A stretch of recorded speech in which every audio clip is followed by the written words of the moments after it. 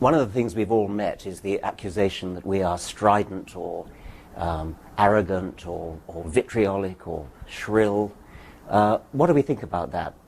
Yeah, well, I'm amused by it because I went out of my way in my book to address reasonable religious people, and I flew the draft with groups of students who were deeply religious.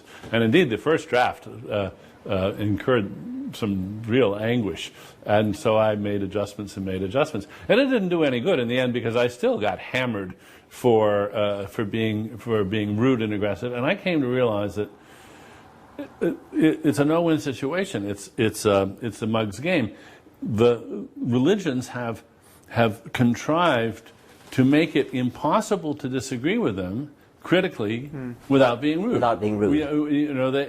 They sort of play the hurt feelings card at every opportunity, and you're faced with the choice of, well, am I going to be rude, or am I going to articulate this criticism? I mean, am I going to articulate it, or am I just going to button my lip? Right. Well, that's what it is to trespass a taboo. I think we're all encountering the fact that religion is held off the table of rational criticism in some kind of formal way, even by, we're discovering, our fellow secularists and our fellow atheists. Just leave people to their own superstition, even if it's abject and causing harm, and don't look too closely at it. Now that was, of course, the point of the title of my book, is there is this spell and we got to break it.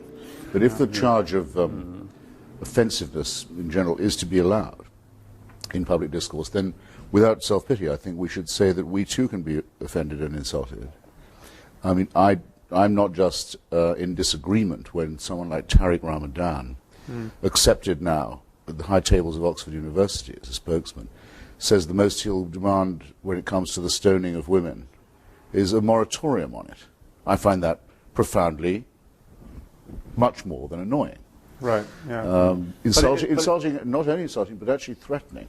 But you're not offended. You don't take any, I don't see you taking things personally. You're alarmed by the liabilities of certain ways of thinking, as in Ramadan's case. But he would say, or people like him would say, that if I doubt the historicity of the Prophet Muhammad, I've injured them in their deepest feelings. Right. Well, I am, in fact, I think all people ought to be offended, at least in their deepest integrity, by, say, the religious proposition that without a supernatural celestial dictatorship, we wouldn't know right from wrong. That we only live by. But are you really offended by that? Doesn't it just seem wrong? No, I say only, Sam, that if the offensiveness charge is to be allowed in general and arbitrated by the media, then I think we're entitled to claim that much without being self-pitying or representing ourselves as an oppressed minority, which I think is an opposite danger, I would admit. I'd like to add also that I agree with Daniel that there's no way in which the charge against us can be completely avoided, because what we say does offend the very core of any serious religious person at any rate. If we deny the divinity of Jesus, for example, that many people will be terrifically shocked and possibly hurt. It's just too bad.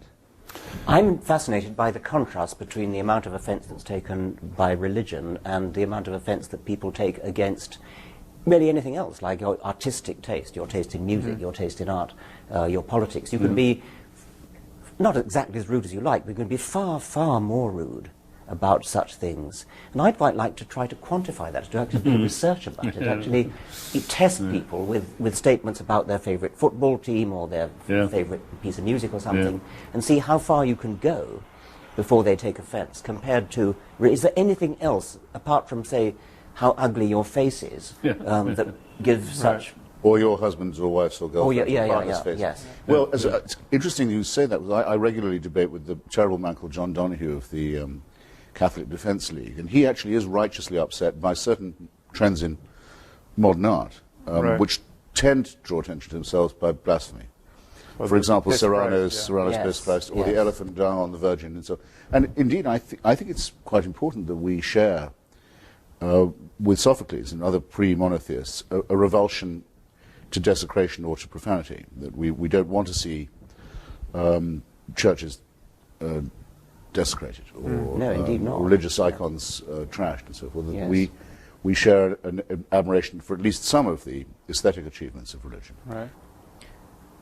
I think this whole notion of I think our criticism is actually more barbed than that, in the sense that we are offending people, but we're also telling them that they're wrong to be offended. I mean, physicists aren't offended when their view of physics is disproved or challenged. I mean, this is just not the way rational minds operate when they're really trying to get at what's true in the world. And religions purport to be representing reality, and yet there's this peevish and tribal and ultimately dangerous reflexive response to having these ideas challenged. I think we're pointing to the total liability of that. Well, and two, there's no polite way to say to somebody, you've wasted your life. Do you realize you've wasted your life? Do you realize that you've just devoted all your efforts and all your goods to a glorification of something which is just a myth? Or have you ever considered even if you say, have you even considered the possibility that maybe you've wasted your life on this? There's no inoffensive way of saying it, but we do have to say it because they should jolly well consider it. Same as we do about our own lives. Oh, absolutely. Yeah. Yes. Dan Barker's making a collection of clergymen who've lost their faith, but don't dare say so because it's their only living. It's the only thing they know what to do. I've heard from one of them, at least. Have you? Yeah. Yes. I used to have this when I was younger in arguments with the members of the Communist Party. They sort of knew that it was all up with the Soviet Union. Many of them had suffered a lot and sacrificed a great deal and struggled manfully to keep what they thought was the great ideal alive. Their mainspring had broken, but they couldn't give it up because it would involve a similar concession.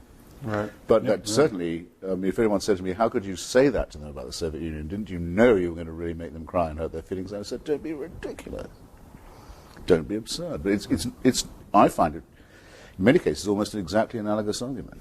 When people tell me I'm being rude and vicious and terribly aggressive in a way that I should, I say, if I were saying these things about the pharmaceutical industry or the oil interests, would it be rude? Would it be off limits? No. Of course it wouldn't. Right. Well, I want religion to be treated just the way we treat the pharmaceuticals and the oil industry. I'm not against pharmaceutical companies. I'm against some of the things they do, but I just want to put religions on the same page with them. Including denying them tax exemption. Yeah. Yes. Yeah. And, or in the English case, state subsidy. I'm curious how religion acquired this charmed status that it has compared to any of these other things. I mean, somehow we've all bought into it, whether we're religious or not. And that some historical process has led to this immunization of religion against, well, this hyper offense taking that religion is allowed to take. And what's particularly amusing to me, finally, at first it infuriated me, but now I'm amused, is they've managed to enlist legions of non-religious people who take offense on their behalf. And how? In fact, yes. the most vicious reviews of my book have been by people who are not themselves religious, but they're terribly afraid of hurting the feelings of the people that are religious, and they chastise me worse than anybody who's actually religious. Exactly my experience. And I think so. One of you pointed out how condescending that view is. That Yes. It's as though it's like the idea of penitentiaries. I mean, they're, other people need them. You know, that we must keep these people safely in their midst. Yes. Well, I think there's one answer to that question, which may illuminate a difference or at least a difference that I have with I think maybe all three of you. There's something about